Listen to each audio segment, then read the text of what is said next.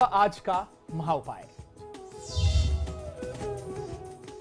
जी, आज के महा उपाय में हम आपको बता रहे हैं कि आपका पूजा घर आदर्श का पूजा घर कैसे हो सकता है। आप जब भी वहां कोई पूजा करते हैं, आपकी पूजा सुनी कैसे जाए, आपकी प्रार्थना प्रभु स्वीकार कैसे करें, उसके लिए आवश्यकता होती है एक आदर्श पूजा घर की। तो पूजा घर कैसा होना चाहिए, इस बारे में चर्चा करेंगे। कहाँ बनाएं, क्या चीजें हो क्या ना हो, तो आइए जानते हैं। पूजा घर जो है वो घर का वह कक्ष होता है, वह स्थान होता है जहां हम ईश्वर का ध्यान करते हैं तथा दुनियादारी से दूर कुछ देर के लिए ईश्वर की आराधना में खो जाते हैं। आप उनसे जो है अपना सीधा संपर्क जोड़ सकते हैं।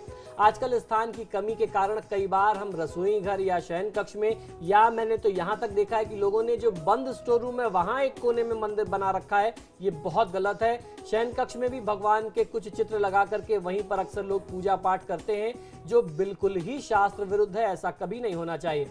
वास्तुशास्त्र में पूजा घर एक निर्धारित दिशा में होना चाहिए। इसके लिए विशेष स्थान है जिससे कि आपको आपके द्वारा की गई ईश्वर की आराधना का श्रेष्ठ फल प्राप्त होता है। और मैं आपको इसके पीछे जो वैज्ञानिक आधार है, वैज्ञानिक दृष्टिकोण है, मैं आपको वो बताऊंगा। मैं आपको कभी लकीर के फकीर वाली बात नहीं करता कि शास्त्र में ये लिखा है तो आपको ये बातें ऐसी ही माननी है। मैं आपको पूरा तर्क दूंगा कि हमारा शास्त्र, हमारा विज्ञान कहता क्या है, हमारे ऋषि मुनियों ने किस कारण से इसके लिए एक विशेष दिशा बताई, उस बारे में भी चर्चा करेंगे। वास्तु की छोटी छोटी बातों को ध्यान में रख करके आप अपने घर में सुख शांति व खुशियां ला सकते हैं, समृद्धि ला सकते हैं। जब भी आप अपने घर में पूजा स्थान बनाएं तो वास्तु के जो कुछ दिशा निर्देश हैं उनका ध्यान अवश्य रखना चाहिए।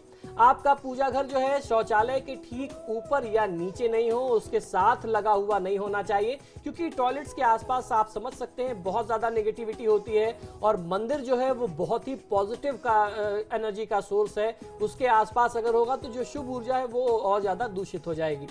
शयन कक्ष के भीतर बनाया गया पूजा घर जो है वो वास्तु में श्रेष्ठ नहीं माना जाता है। भगवान की मूर्तियों को भूल से भी दक्षिण या पश्चिम की दीवार के साथ लगा करके नहीं रखना चाहिए।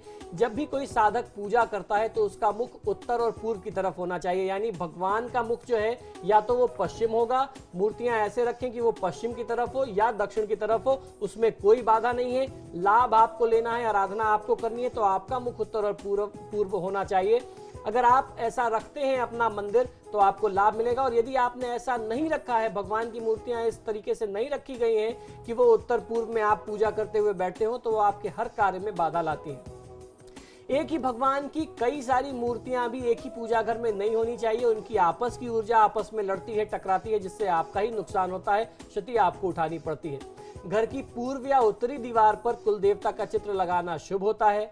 पूजा घर का रंग यदि आप पीला कर सकते हैं, हल्का क्रीम कर सकते हैं या केसरिया कर सकते हैं तो बहुत अच्छा लाभ मिलता है। आज मैं आपको और कुछ बताता हूं।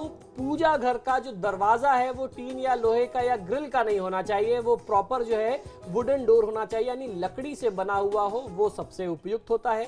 पूजा घर और शौचालय का दरवाजा आसपास या एक दूसरे के सामने आमने सामने नहीं होना चाहिए। पूजा घर के लिए उत्तर और पूर्व का कोना हमारे शास्त्रों में सबसे ज्यादा उपयुक्त बताया गया है। अब आपके मन में एक कौतूहल आएगा, ये जिज्ञासा आएगी कि उत्तर और पूर्व का यानी नॉर्थ ईस्ट कॉर्नर ही क्यों? नॉर्थ ईस्ट कॉर्नर को हमारे यहाँ ईशान कोण बताया गया, जहाँ भगवान शिव का सिर बताया गया। ईशान उसके देवता बताए गए हैं, भगवान बृहस्पति का भी स्थान बताते हैं। ईशान कोण इसलिए कि जब सूर्य का उदय होता है पूर्व में, उस समय प्रातःकाल सबसे ज्यादा शुभ रश्मियां, शुभ ऊर्जा होती है सूर्य की।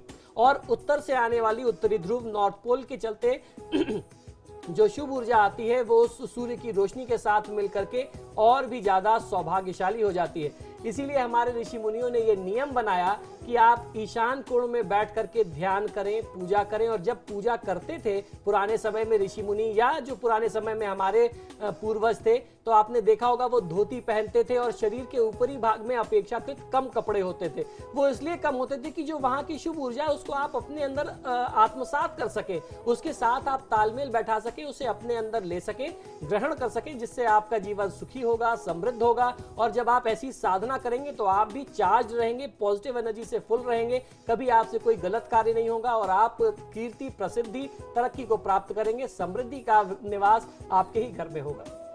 जी, तो ये था आज का महा उपाय। आपके सितारे में आज के लिए बस इतना ही। पंडित जी, आप हमारे स्टूडियो में आए, इसके लिए आपका बहुत बहुत शुक्रिया। जय महाकाल। जी, और आप सबका भी बहुत बहुत धन्यवाद। फिलहाल इतना ही।